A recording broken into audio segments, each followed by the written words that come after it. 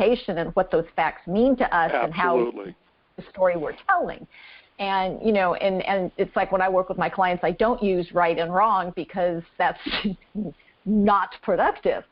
But it is about this, this fear of being wrong, which we all are at times. I mean, there are things that, at least maybe you as the Renaissance man, maybe, I don't know, everything. I'm wrong a lot, I certainly don't know everything. But the difference is I don't mind admitting it. I have dyslexia. I have ADHD. So I was raised in my belief system, not my parents. They were lovely parents. Mm-hmm. I thought I was stupid as a fence post because I can't spell. Right? I've got a team of people to take care of that. I've written 3 books. I'm on 2 more, and it's okay. I had to accept the fact that I see the world differently, and it's okay. Right. That's all. It's okay. Yeah. And I think that's a big lesson that most of us could definitely stand to learn. I want to remind people that This is Happily Ever After is just the beginning on webtalkradio.net. I'm Leslie Dories, and I'm talking with speaker, coach, actor, and best-selling author James Mate about blame, how harmful it is, and how you can stop doing it. And, quite frankly, blame is easy in a marriage. Because there's another person, you have a built-in scapegoat. But it also does damage, and it gives your power away. So if blame is part of your relationship, you're part of the epidemic that we've been talking about today. And if you really want a healthy, happy marriage that lasts, it really does need to stop. So if you are tired of blaming or of being blamed, I can help. I invite you to take a moment and give me a call or send me an email to schedule your free 5-star relationship consultation. You can reach me by email at Leslie, Lesli, at foundationscoachingnc.com. That's FOUNDATIONS, coaching, N as in Nancy, C as in Charlie.com. Or you can reach me by telephone at area code 919-924-0463. Again, that's 919-924-0463. And now I want to get back to this conversation and find out how we can stop blaming. So, James, you offer some very specific steps to take so that somebody can stop the blame game. Can you share them? Absolutely. I want to. Do you know who? Well, I'm not going to say do you know because you may not. The poet Erica Jong, who wrote Fear of Flying. Fear of Flying. And she's been a friend, a client, but more than that, a friend. And she gave me a wonderful quote, which I put in the article. You take life in your hands, and what happens? A terrible thing. No one to blame. I love that. Yeah. So I think So the first step I really believe is the most important, and that is intention is everything. So if you are aware that you blame, the first step really is to make a decision or a private commitment with yourself to stop blaming. That doesn't mean you're going to stop blaming. What it is the trigger point for you to grow. So just all you have to do is a little, when I see clients, I have them sign a 1-page commitment page that I give them 2 to 5 assignments from visualization to listening to a recording, whatever. But if they don't fulfill the assignment and sign this, I don't give any support at all, which I do free once a client comes to me. So this is kind of making your own little commitment page. And then, so you make the commitment. Why would you make the commitment? So you have to identify what you would get out of it. And first, you have to identify, you don't have to do anything, but it serves you to identify what is your payoff. What do you get out of it? Right. What is the value that you get expecting others to just go along with the script you wrote? What do you learn? How do you grow? So what's the payoff? And the next step is to identify what you experience when you stop blaming. What do you think you would get out of it? And you kind of mentioned a couple of them, but my thing is I've made a commitment to my life. I want more peace. You know, I make certain choices, including news and all that, and I want all my relationships to be fulfilling. Now, that means I may have to fire a friend now and then. I've done it in my past because I don't have time to take care of everyone, and I do my best, and I want to be free, and I don't want to worry. That's another big one. Is you know, worry is also part of the epidemic. Yes. It just isn't necessary. And a really, really important one is the step 4, which is to pay attention. People don't pay attention often. What they do is their mind is living, I'm sure you've said this often, in a dead past or an unborn future. So you have to be in the present. You have to catch yourself when you're tempted to blame. Take a breath, and it's amazing what a breath will do, and then make a different choice, or keep your mouth shut. You know, and step 5 is when I am tempted to blame, ask yourself, if I couldn't blame, what would I have to feel? This is a tough one. Yeah. And what am I trying to avoid? What truth am I trying to avoid? There was a payoff for everything that we do based out of a fear-based choice. We get something out of it. We either avoid doing something, or we avoid saying something to someone, or we avoid tackling. That's what procrastination is about.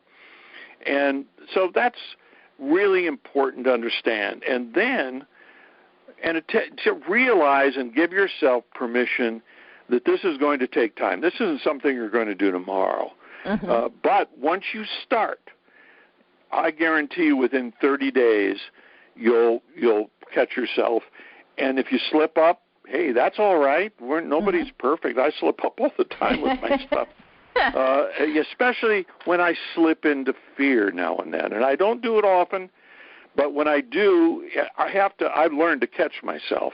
But it happens. It happens to the best of us. It's like a coach, a teacher. A teacher teaches that which reminds themselves of what's true. And step 7 is, it's be gentle with yourself. Yeah. Because compassionate, gentle, as I hope I am with other people. So those are really the 7 steps. Well, and I really love that last one, because I really think that that's a critical component, either compassion for ourselves or compassion for other people. That, I might know something that somebody else doesn't know. That doesn't make me a better human being, because they'll know something that I don't know. And compassion for, we're talking about blame, and one of the things that I think the reason why people do it is because they don't want to feel the discomfort, the pain of the situation. I don't think we teach people how to manage those harder feelings that we don't want to feel. So so if something goes wrong, I'm not responsible. The dog ate my homework or whatever, because I don't want to experience that discomfort in the moment. So I put that discomfort onto somebody else, which of course just creates this yes, really absolutely. bad I don't know if you do this as a coach, but I do a lot of forgiveness work, and it all comes down to self-forgiveness. And I think I mentioned in the article, one of the points that I wanted to make is that often we blame ourselves. It isn't always that we blame someone else. Well, blaming yourself is just as cruel, just as harmful, just as fear-based. Well, and sometimes it's actually worse, because we say things to ourselves that we would never allow anybody else to say to somebody else, right? That's true. And that's true. Yeah. And it's really harsh. And I think it does come from that place of, what would it mean if I didn't say these things to myself? I mean, I do think sometimes, and sorry, I've got my mother running around in my head, which is always a dangerous thing, where she said to me on more than one occasion in my life, "What makes you think you can do that?" And and so it's kind of so I do that to my it's like, thank you, let me just put that in my recording loop, and anytime I start to think I'm good at something, it's like here comes that. I don't know if it's blame or whatever it is, but it's like, yeah, that's not a true statement. And these things are really damaging, and if we're doing it to ourselves, there's a there's a chance it's going to slip out, and and momentarily I might feel better because I'm putting the blame on somebody else, and it's really hard sometimes to step up and be a responsible human being. Well, you have to have courage. Courage is extremely important. I have a friend of mine years ago. He was my manager for 37 years, and he said, "How in the world can you have 5 careers at once?" It isn't that I'm an actor who gave acting up to become a clinical hypnotist, to become a performing hypnotist, to become a corporate speaker and teamwork. It's that I do all these things. So I said to him, because no one told me I couldn't. Mm-hmm. And that's kind of my, if I wanted to put something on a T-shirt, right, that's it. Well, I mean, and you find out, I mean, a lot of people do just that. It's just like, well, I didn't know I couldn't do it this way. But again, that's about other people's comfort level, expectations, I guess even their own fear. And I love your description that we basically have 2 emotions. And I'm curious, and it's a little off topic, but not really. Where would you put shame under fear? How does fear, that? Well, it is. Shame is a fear-based emotion. Uh-huh. What is shame? And shame's a big one, by the way. Mm-hmm. But what is shame? Can you define it?